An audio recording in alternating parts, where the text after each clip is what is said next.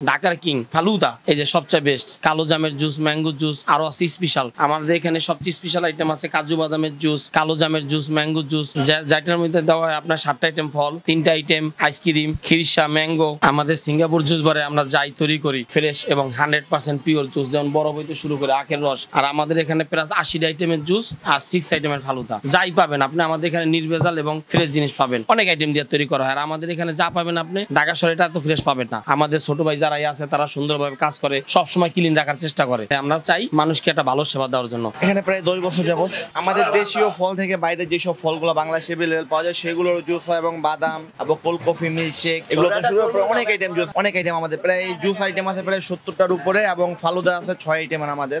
এবং আমাদের যেমন মিষ্টি আইটেম আছে, টক আইটেম আছে।